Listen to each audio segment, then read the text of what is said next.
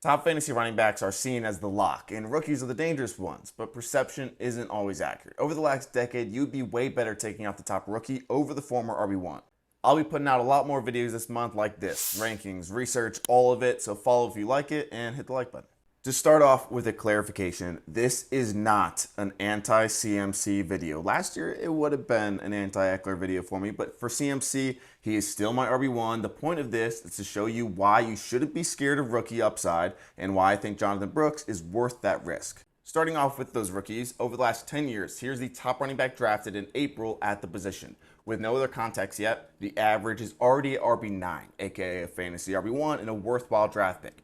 We have that one injury, that one miss, one kind of in the middle, and then 5 amazing hits. So going into context, the recency bias definitely favors Brooks because Bijan didn't really live up to the hype last year. Was it his fault?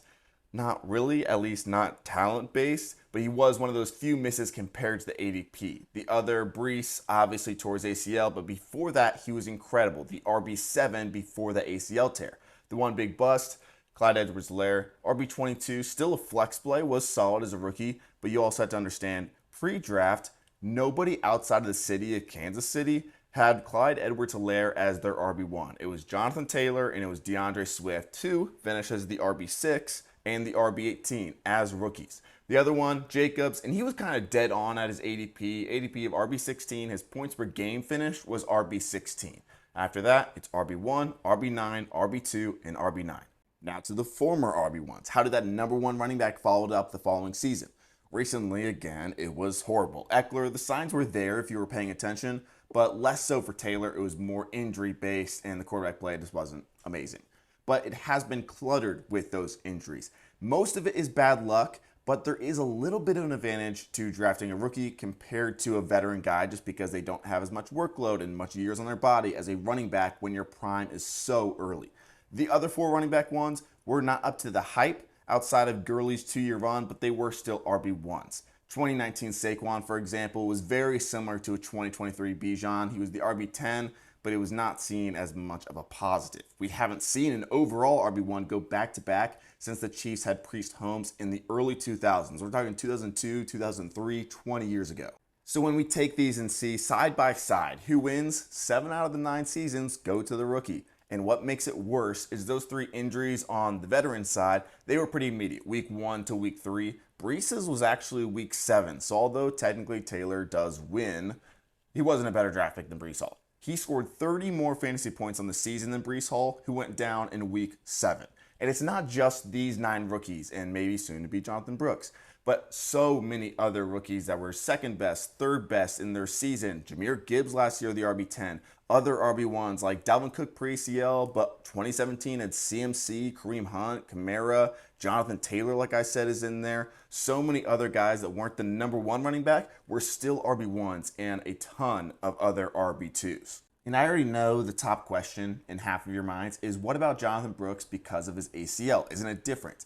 Well, it's kind of baked into his ADP. One, he's RB27. No one else is usually that low when he has that type of talent and that type of draft capital. But I want you to look at a very similar situation. It is the last guy on this list, my favorite fantasy player of all time, Todd Gurley. He tore his ACL in November, clean tear, no other ligaments, just like Jonathan Brooks. He sat out weeks 1 and 2, same exact as the plan for Jonathan Brooks. In week 3, what happened? 7 touches. Not great. Week 4, 21 touches. Week 5, 30 touches. He missed basically 3 weeks, and he ended the season as the RB9. He was a top 5 fantasy running back in the fantasy playoffs. What else do they have in common? Well, they don't have much competition at all. They're both true 3-down backs, and they had great draft capital. Their difference is yes, Todd Gurley was more talented, I know, but I think he's a better situation than Gurley. Gurley had Jeff Fisher, Nick Foles as his rookie year offense. Not the greatest situation. And I know Jonathan Brooks doesn't look like it's the best situation at first glance. The Panthers, worst team in the league. Bryce Young was pretty bad. But I love, if you don't already know, Dave Canales, their head coach. Oh my gosh, I do love him. I love that man. Because look at the last 2 years. Geno Smith 2 years ago. No, he was undrafted in fantasy. No one even thought he was going to start over Drew Lock in real life. And he was a fantasy quarterback 1 with Dave Canales. He led the NFC in passing touchdowns. Geno Smith led the NFC in passing touchdowns, mainly because of Dave Canales.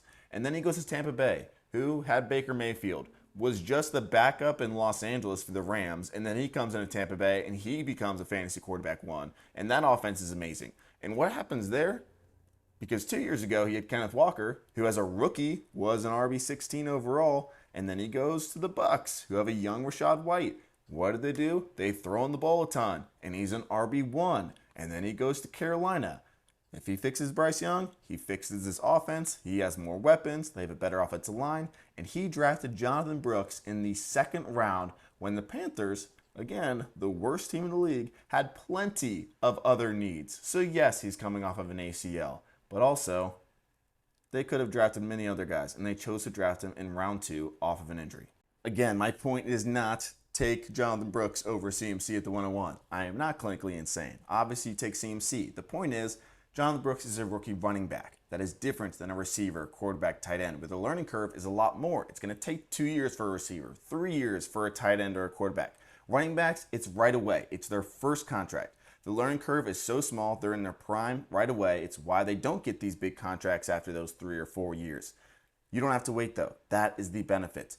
He is going at RB27 next to guys like Tony Pollard, Zach Moss, Jaylen Warren. So the question to ask yourself is, who do you think is most likely to finish as the RB1 at those guys and below in ADP? I don't think there's a logical choice that you can say that is not Jonathan Brooks.